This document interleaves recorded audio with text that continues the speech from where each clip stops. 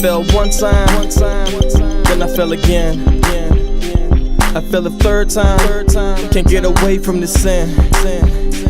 I keep falling, then I come back to you, crawling, asking forgive me now, I'm ballin', knowing that I let you down, appalling. I don't wanna jeopardize my calling. When I hear your voice no more, I'm halting. I just wanna live in the world you're revolving. I am so imperfect, I'm getting involved in these flesh-tied friends, the blind consulting, pulling me away from the world and revolting. Asking for forgiveness is probably insulting, but you keep taking me back and you're vaulting. Give me chances. You keep giving me chances. You give me chances. You just keep giving me chances.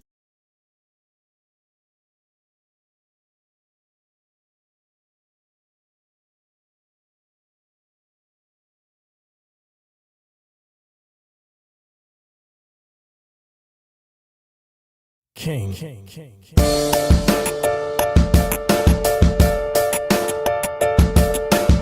Royalty, stand up, brand up, fam up, hand out, no way, hands up, know what, name that, it's mine, claim that, it's time, message, we shine, above all, the decline, the darkness cannot last, the shadow of my past, before I gain knowledge of heritage, I have the bloodline that I share, most powerful out here, the mover of mountains is who I am touting, the richest among us is who I'm the son of, from sundown to sun up, that's how I the come up, position is just mine, the favor in due time, can't have it, man you lying, the powerless you trying, enemy beneath me, there's nothing to teach me, the people receive me, cause my God complete me, and my God let's keep me, and my God they free me, and my God redeem me, and my God relieve me, I'm king, dominion, crown me, I am winning my position, God's giving, God's sending, God's choosing.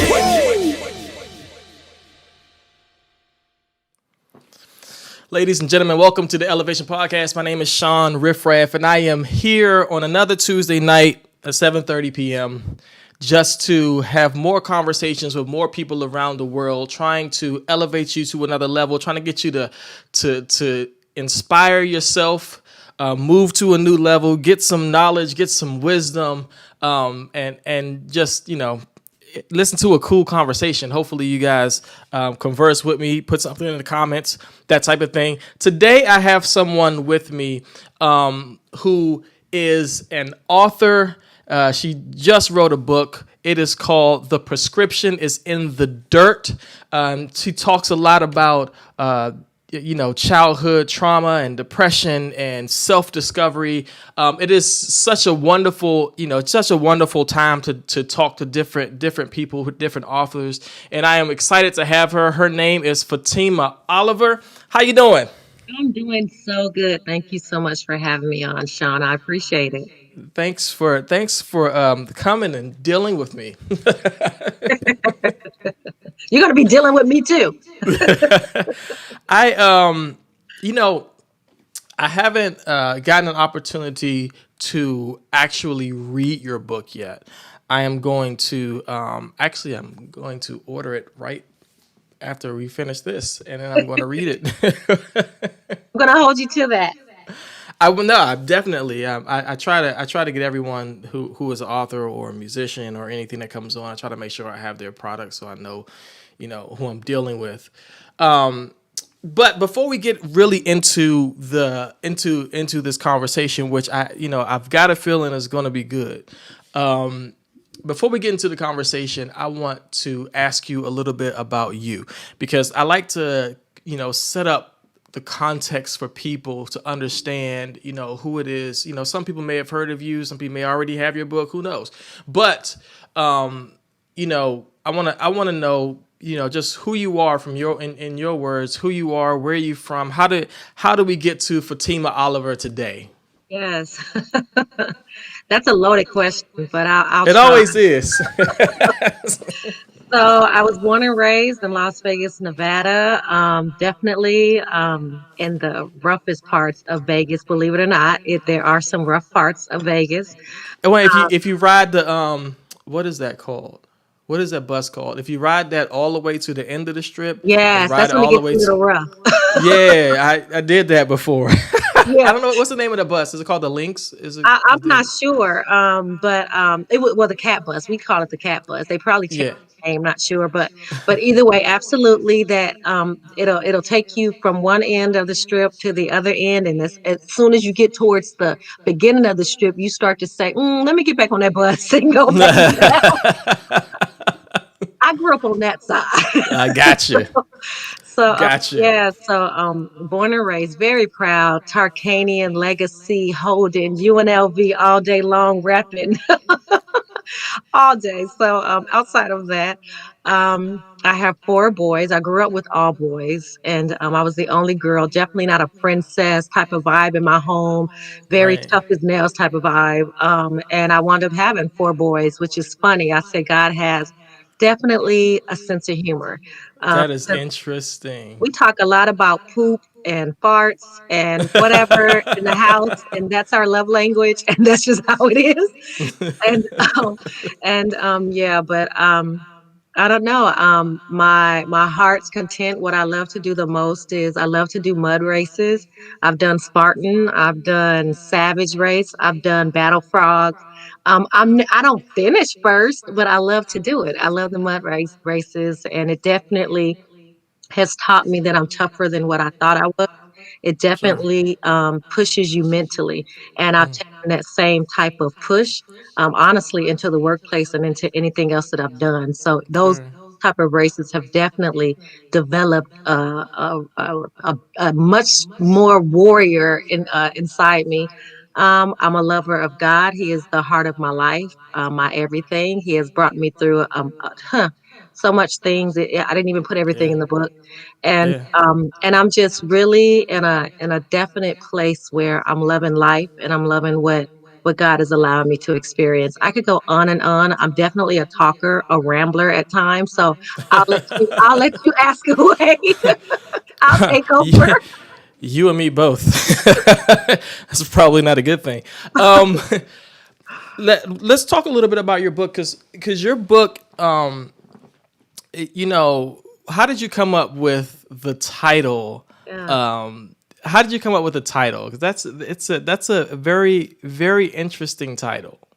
Well, definitely when I heard it, it was actually a sermon. Taryn Wells, I don't know if you know of him, but he's a inspirational or gospel singer, or I should say Christian music singer, wherever genre you want to throw him in, but an awesome guy. And he actually came to preach at my church for the first time. And this was one of those side nuggets that he threw out there and actually separate from his sermon. But he was talking and just said the prescription is in the dirt. And he said, I'm going to throw that out there. For whoever is out there, if it's for you, you can have it. It's yours. I said, thank you very much. That's mine. Really, because it just really encompassed everything that I had experienced over the last 2 years, Sure. digging and going through and facing some hard truths about myself, facing a lot of suppressed traumas that was taboo to talk about in the home. You're just not supposed Sure. to talk about it.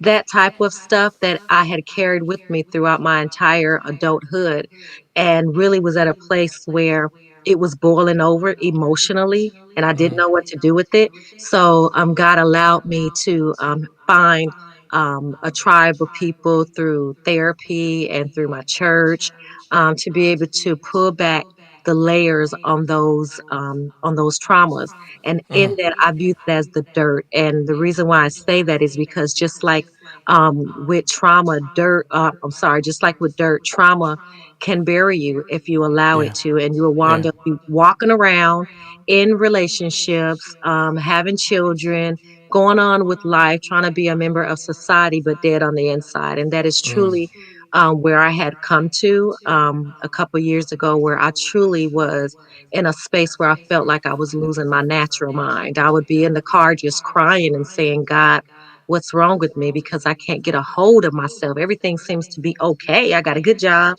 I got a good man. I got some eye kids. But like why am I so unhappy? Why am I so unfulfilled? Why am I so tore up from the inside out and can't function? And so in going through the process of pulling back that layers, I say like an onion, because there were definitely a lot of tears that was cried, but pulling Sure. back and trying to figure out what truly was going on with me, that is the dirt. And if you're brave enough, because it takes a lot of courage. A lot of people don't do it because it takes a lot of courage. But if you're brave enough to deal with those hurts, those traumas, those suppressed things, those silent generation things you're not Yeah. supposed to talk about, if you're brave Sure. enough to deal with it, just like the image on my book, God will allow it to help you to grow and prosper. And there's no telling where you can go from there. And one of the messages when we were first messaging each other, one of the messages you said that when you were younger, you began to feel like family was synonymous with pain. Uh, Tell me about that. Tell me how what brought you to that being younger. At a young age, at the age of 2, I had an accident. I became a burn victim, and so on 25% of my body, I have burns, basically on my feet and on my legs. So at 2 years old, I had learned about pain. At 2 years old, I had learned about sadness. I had to learn how to eat, walk, and talk all over again. Um, and the brain is such a funny thing; it will protect you from from those memories, but sometimes it's not a good thing. Uh, Right. but even just throughout my life as a tween, as they call it, 11 years old, I experienced sexual abuse. As a kid, 5 years old, me and my older brother experienced physical abuse from a stepfather. So that's why I felt that that's all I had experienced. I mean, I had moments where you laugh and joke with relatives and you have good Sure. moments. But for the most part, I've always lived feeling sad, just encompassing, overtaking sadness that I have lived with my entire life up until the point where I really started wanting to deal with the brokenness that was inside of me. But that's where that came from. It's just there was no other way to view family. It was my family that had hurt me, whether When it was intentional or not. yeah, you said it took you 34 years to realize Yeah. what you know. So you lived your life all of this time, and then it took you 34 years to realize what was, like how did what brought you to that particular understanding, or what made you stop and be like, I need to do something about this. Yeah, it really was an culmination. So, as like I said, as a kid, in going into young adulthood, dating, having friendships, I always Yeah. felt sad and depressed. I didn't know that that's what it was, but I just felt that my life needed to end, that worth nothing. And I would scream out for attention, trying different suicide attempts, really just for somebody to listen to me and to ask me what was wrong. But the truth be told, I wouldn't have been able to verbalize what was really wrong because I didn't. Sure. And so I went on that way until my probably like my mid 30s, when I got to a place where the pain was so evident, the pain was so excruciating. And when I say that, I mean internal pain. I mean, my thoughts were so loud with negativity inside my brain that even as I functioned throughout the day, they were so loud, I just wanted to shut them up. And so I would try drinking. I would try pills. I would just try to sleep to make my brain quiet, and it just became so unbearable to where I actually had what I call a Jesus moment, and I was crying and sobbing in my car, and I asked God to help me, and I had prayed this plenty of times. I have done fasting at church. I had been in every auxiliary in the church, worship, intercessory prayer, praying for other folks and myself. And it still didn't take away that heaviness. And there was one moment where I prayed and I said, God, I really need you to help me because honestly, I have kids, I have a fiance, but I'm thinking about running my vehicle through that intersection and I can't stop thinking about it. Full speed, not going to stop. And every day I wake up, I'm thinking about the same thing. And it was started to scare me. And it was in that moment where I really believe that I heard God's voice for the first time in my life. And it doesn't happen to me often, but I really feel like I heard him tell me, Fatima, go to the dang doctor. And it was like, huh? Is it that easy? So, in that moment of vulnerability, I was able to drop my pride enough and stop listening to other people when they were telling me and enabling me and telling me that there was nothing wrong with me, that I just needed to toughen up or I just Sure. get my feelings off my sleeve. Um, Sure. I was able to push that aside and make a doctor appointment and go to the doctor and actually sit in the doctor office and share honestly what I was feeling. And I just remember in one end feeling relieved, on the other end feeling scared of what they were going to think Yeah. of me. And that's when I found out that I struggled with clinical depression. But even up to that point, the medicine definitely helped me. It definitely helped me to be more clear thinking and to not be so emotionally driven. But it still took that was like in my mid 30s. It took me up until around 44 before I got to a place where the medicine wasn't helping enough. The medicine was just kind of like a band aid, but God Sure. wanted me to heal some other things. And that's when I had to actually make a decision to go talk to a therapist. What was that process like? Those years, before you went to the therapist. What how did that process work for you? Like, because a lot of people, go see a doctor, and a doctor, like you said, prescribes you some pills, and it's like, good enough to go on. Feels a lot better than yesterday, so I'm fine. Uh, And so what's the process like when like, listen, pills aren't enough. I need to really get down to the depths of who I am well, yeah, and fix that. I really think one thing is I didn't really have that epiphany until I stopped being so busy. So for all the time where I was on medicine, it really did serve its purpose for a Yeah. lot of years. But then I guess my body started getting used to it, possibly. And so maybe about 5, 6 years in, it just wasn't as effective. Yeah. So I had been in moments where I had the doctor increase my dosage, but I would still have moments where if something disappointing happened to me, the medicine wouldn't stop me from laying in my bed for days. It wouldn't stop me from feeling like I had fell down a hole like Alice in Wonderland and I couldn't get Wow. out of the hole. And Wow. I'm feeling like it was so dark. And truly, that's the oppression. It was like a spirit of oppression that came over me, and I would still function. I would still go to work. I would still be able to feed my kids and somewhat be there for my husband. Honestly, not all the way there. When people would ask me and they would notice something different in my personality, they would say, Fatima, are you okay? I learned to be a great deflector, meaning, I'm okay. I'm just tired. How are you doing? And switch the conversation to that person we're talking about was them to get them off of me.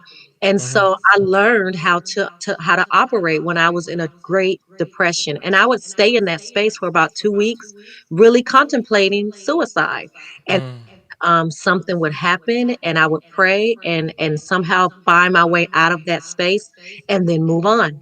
And that I had those type of moments at least twice a year until I got to a place where it was almost every day. It was 5 to 7 days out of a week where I felt tremendous anxiety, crying at work, chest tightening up, not knowing how to even articulate what I was feeling. Really, honestly, feeling like I felt the first time I went to the doctor, just back Right. at that moment. But I was on Right. medicine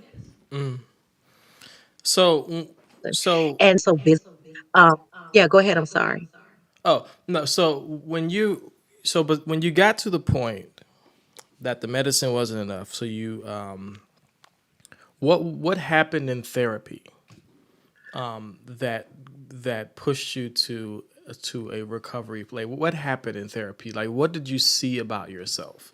If you don't mind sharing. No, I don't mind. Now that I done threw it out Yeah, there. I don't mind. I got it. I might as well tell it. It's out there now. But, well, I would say for me, I had to do several things. I think everybody has to do what works for them, and I really Sure. think it depends on the depth that you're willing to go to discover Yeah. what's really going on with you. So for me, number one, I had to keep God the center of my life, regardless of where I was mentally, emotionally. God was always my center. He has been my center since I was 19 years old, and He was my confidant, the only one that I really felt I could share these crazy type of secrets with, right? My true feelings that my husband might scratch his head at. So God was always my, and so even when I chose a therapist, I chose based on what I felt would allow me to be free in my speech, meaning I wouldn't have to be self-conscious over saying Jesus or God, because that's so true about in line with my life. I didn't want to have to alter myself. So Right. for me, I found a Christian-based therapist. And so Okay. in therapy, when I went, I still had a wall up because number one, culturally, we don't go to the therapist. Okay. Absolutely not. So even It's so many times on this show, right, that I have interviewed therapists, that I have interviewed, I interviewed black therapists, which makes it, even harder. So, like you interview therapists and they say people don't really want to come. And then I interviewed a black therapist and she said, I really am trying to, in our community, but she was like, people don't want to come to the therapist. And for some reason, we don't like, as if we can't have Jesus and therapy, like he absolutely, wasn't the one who created the therapist too. And he called someone absolutely, to be therapy and he called someone to work with. yes, Anyway, go ahead. absolutely. You preaching because that is the truth. Because that's also what I had to face. I had Right. deal with the fact that I wasn't getting a slap anointing oil on my head, shake and fall on the floor miracle. That the Right. miracle came kind. The miracle came from the people that God gave them these gifts, right? I had to come to terms with that not every miracle is gonna come straight from the hands of God. It's gonna come by me walking it out in the natural. And so Yeah. that's that once I understood that, that was a conversation between me and God. And once he helped me to understand that, I could be open to going. But even when Yeah. I went, I was guarded. I was Yeah. okay. Thank you for seeing me. I just want you to tell me, give me some breathing treatments, how to get through the day. But we're not Yeah. talking about no family stuff. We're not going all deep into my life. We're not doing none of that, okay? You just tell me how to breathe, how to exhale, how to meditate, and then I'll be good. And so I went like that for like a month to where they truly were the therapist was truly giving me kind of breathing techniques, different mental imagery that I could use. For me, something that works and I still use it is she helped me to understand that it was okay to feel because growing up in a home with all boys, I'm the only girl and with a single mom, my mama didn't have time for feelings, and I understand why. And my brothers, they would laugh if I cried. So I learned to suppress emotions. And so she was helping me to understand that, Fatima, it's okay to feel emotions. And for me, a technique where I would allow whatever it is I was feeling to rush over me, allow it to rush over me like an ocean, and then receive like water in the ocean, but then recede back into the ocean. And Wow. so Okay. that honestly, that imagery still helps me when I'm feeling angry or frustrated and I tap into a trigger of my anxiety. I can go back and say, what happened, Fatima? What just happened? And now feel that emotion, but now let it go. And so they gave me some great techniques and gave me some great documentation. But after so long, I really had to have a come to Jesus moment. And Sure. and I felt like God was telling me in my personal devotion and prayer time that if I really wanted to get to the depths of why I was having anxiety, Yeah. I was going to have to participate in my healing. I was going to Oh, have to that's allow good. the therapist to do her job, but I was going to also have to be open-minded to trying different things that my healing isn't going to come just through this narrow window. And Sure. so I wound up joining a Bible study at my church that wound up being the focal point was on heart healing, healing of the soul. And I knew that's what I was seeking after. And it wound up being a group called Celebrate Recovery. And that's a program similar to a Narcotics Anonymous or Alcohol Anonymous, where there are 12 steps, but these steps are built on biblical principles and it's for anybody. You don't have to, it's for any hangup that you have. It can be alcohol, it can be pornography, it can be a bad divorce or grieving. Or for me, I went for anxiety, unforgiveness, and codependency. And so it was I'm sorry, a 9 month program that helped me. When I talk about peeling back the layers, it Yeah. helped me to peel back the layers in my life to see where that seed was at that was causing me to react in Right. anxiety. And so it was a culmination of things. It wasn't just one thing. It wasn't just the therapy, which I was grateful for. And it wasn't just Celebrate Recovery, which I was grateful for. But God had to be in the center of all of that. And those three Absolutely. things together is what got me to where I am today. Wow. So how long did it take you to like do the open up thing to the therapist? Like did you know like did you said it took a month for you to like get cool enough with the therapist to be like, yeah, I can talk about my life now. Yeah. Well, really, that is true. I would say in hand, by a month, I was making the decision to join the Celebrate Recovery. And in Uh-huh. Celebrate Recovery, you get out of it with anything, I should say, not just Celebrate Recovery, even with therapy, you get out of it what you put into it. But it was known straight from the door that we are going to go into some heavy discussions. And so you have to be ready.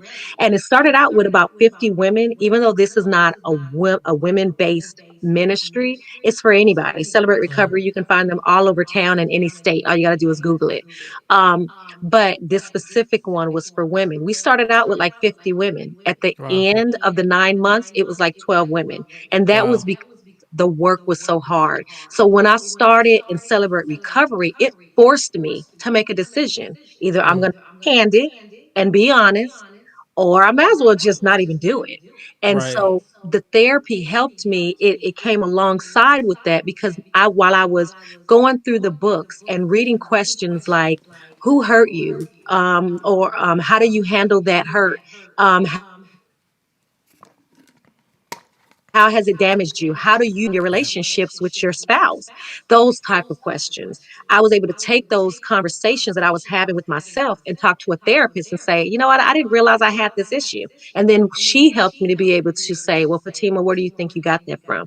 So they all work together. And that's how God works. When God is telling you to do something, it all works together for the good. It doesn't fight against each other. They all come in for one common goal. And that's how my healing started.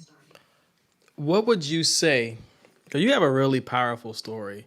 What would you say the most important thing that someone looking to, sort of heal from the same type of story that you have, um, what would you say would be the most important or the first step? Let's not say most important because I guess all the steps are important. But what would be the first step that someone would have to take? So someone that's struggling with clinical depression, someone who has this, who wakes up and doesn't feel like going on or feels like running their car into traffic or whatever the case is. What is the first step that you think someone should take?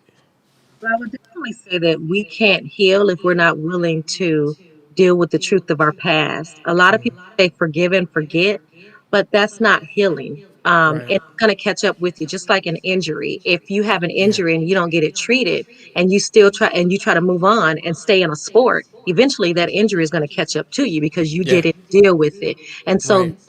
what our traumas do. I'll say in a nutshell, give a brief synopsis of the things that I talk about in the book. I have dealt with a sibling dying, my best friend dying. I've dealt with a death of a child. I've dealt with physical abuse, sexual abuse, emotional and mental trauma. I've dealt a son who has an inherited blood disease. And of course, anxiety and depression, abandonment from a father, abandonment from my mom, you name it, I probably dealt with it. And so all of that was sitting inside my soul, just waiting to burst out. I survived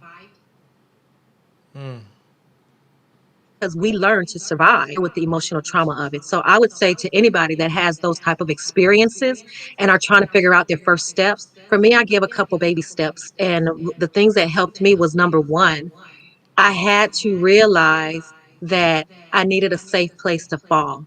And Yeah. not everybody is a safe place to fall. For me, my safe place to fall was therapy. My safe place to fall were ladies that were in Celebrate Recovery because they had similar stories. My husband, I love him to death, and I know that he loves me, but there were certain things that I have dealt with in my life that he truly cannot relate. And so when I try to talk to him, I would get frustrated because he wasn't catching on to my anger or to my sorrow that I needed him to relate to, but he couldn't relate.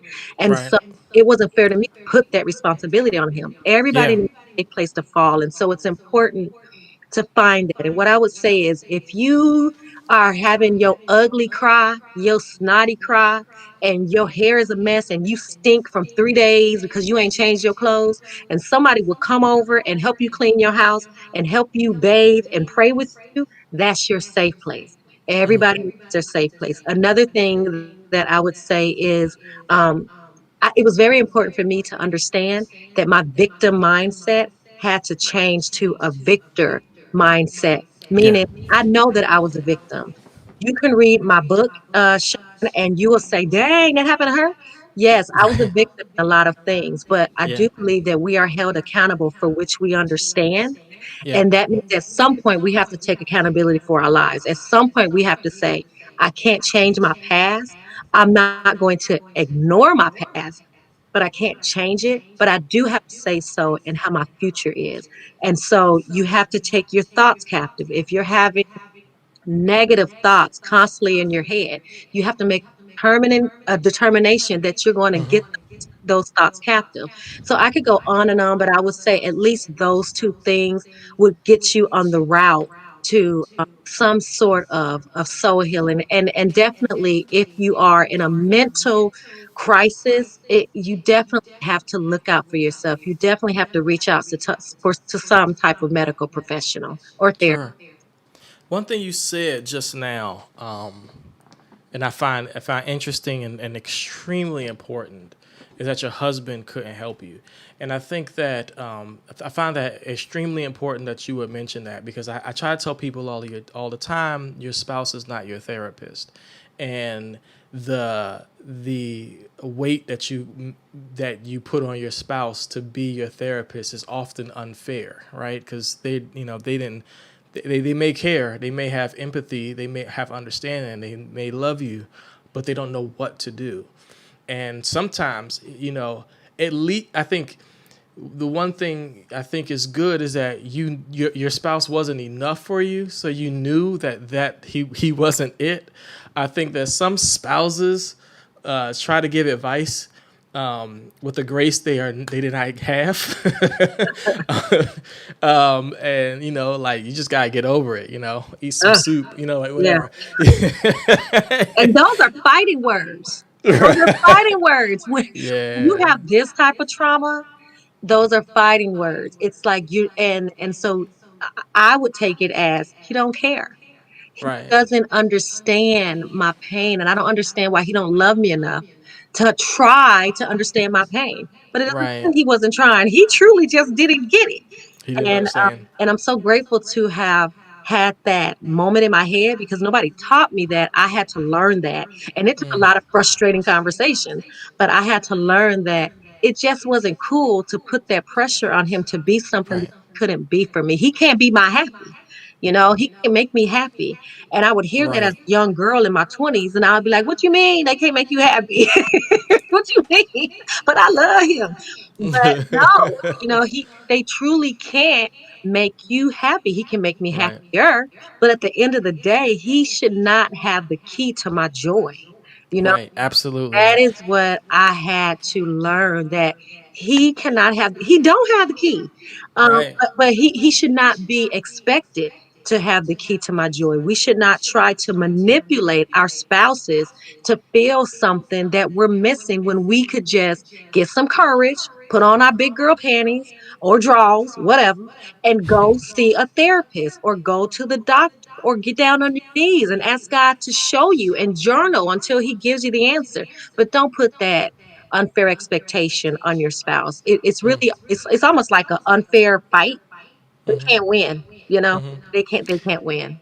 See, marriage is interesting. My pastor would always say, "You're not happily married until you're married without the happy," Okay. and because because if you're expecting someone to make you happy, right, is an impossible task because that's not their job, and it's no one's job. It's your job. And so that was a very interesting point that you brought up. I'm glad you brought it up. I want to ask you a question I ask everybody that comes on the Elevation podcast, because we can go on for like the next hour or so, but we got limited time. I ask everybody the same question, and I always get, it's interesting because I'll talk to someone like you're in Columbus right now, but I could talk to somebody in Jerusalem, and I just get a different answer to the same question. Not always. Sometimes the strangest people will have the same answer, and it's really weird. What if God gave you the grace right now to change one thing about the world?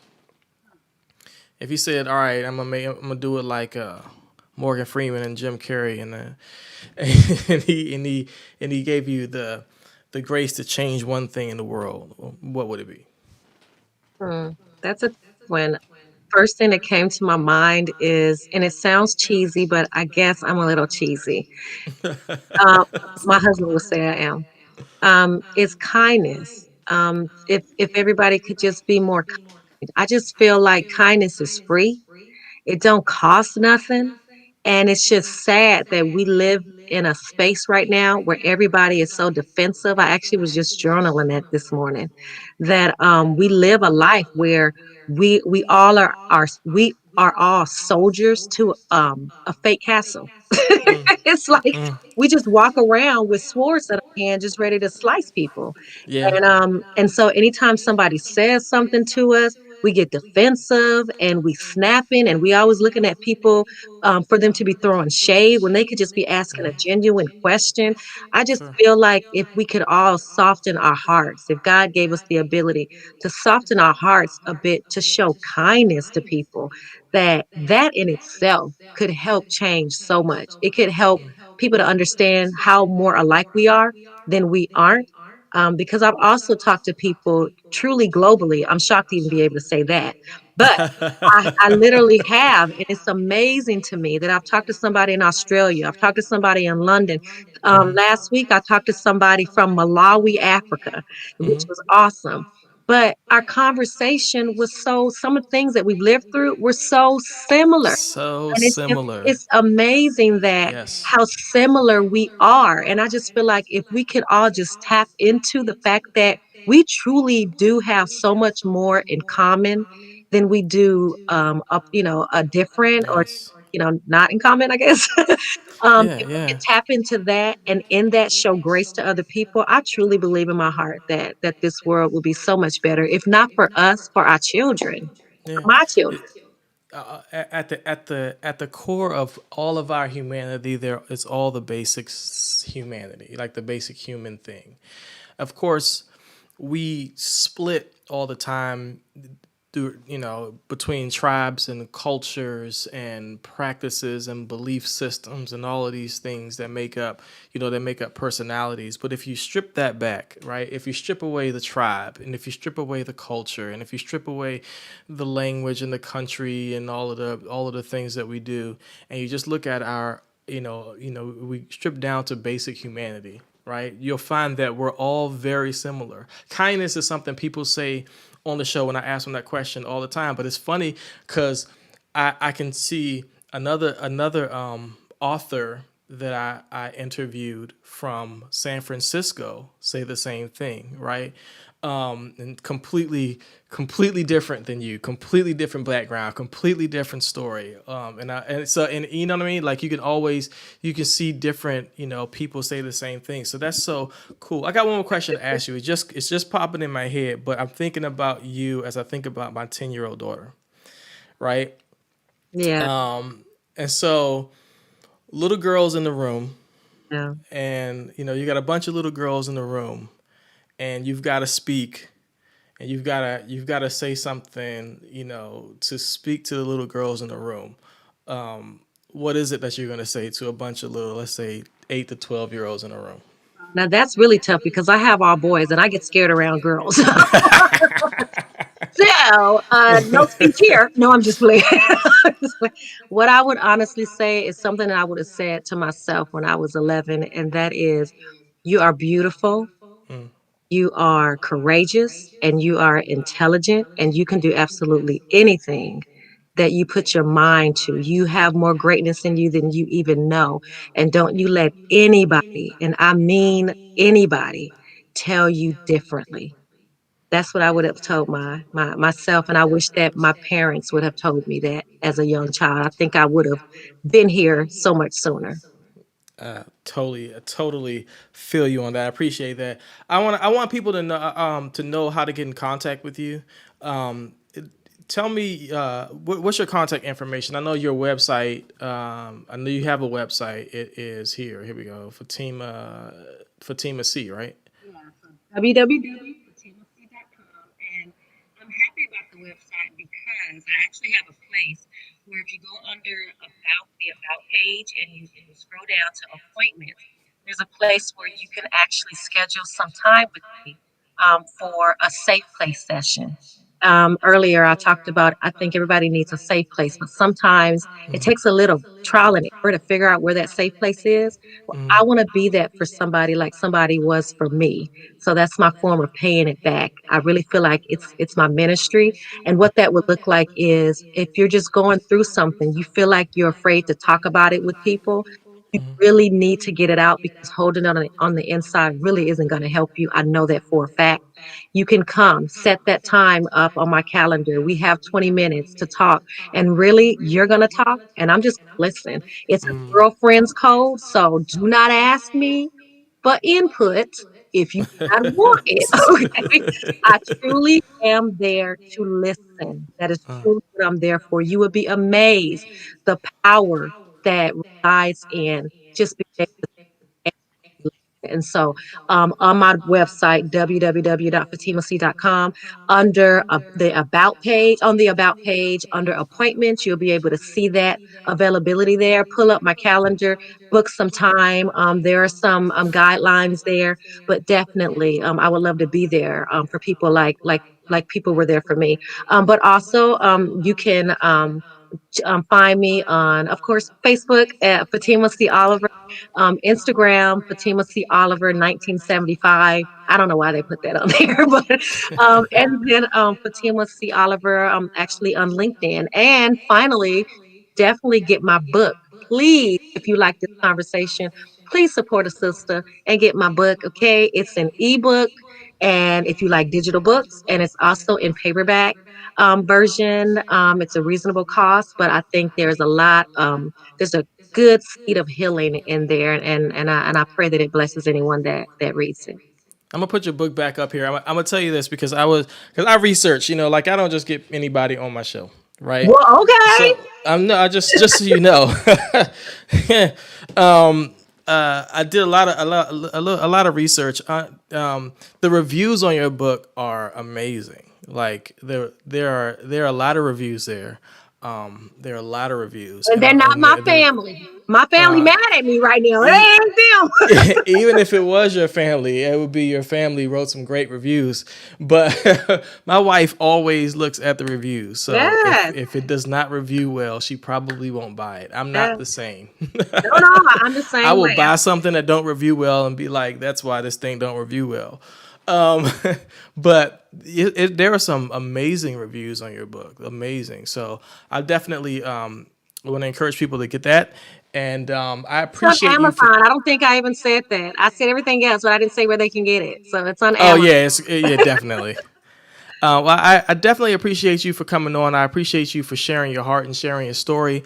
I definitely am glad to have had you on today. I appreciate you. Thank you so much. No, thank you. I appreciate it. And I hope to talk to you again in the future. Thanks. Yes, ma'am. Ladies and gentlemen, this is Fatima Oliver. You have been watching the Elevation Podcast. My name is Shawn Riff-Raff. Join us every Tuesday, 7:30, new episode. And, we're going to be back to do this every Tuesday and talk to people who are genuinely, like Fatima said, we are connected. We have more in common than we have that divides us. I appreciate you all. Thank you so much. Peace out.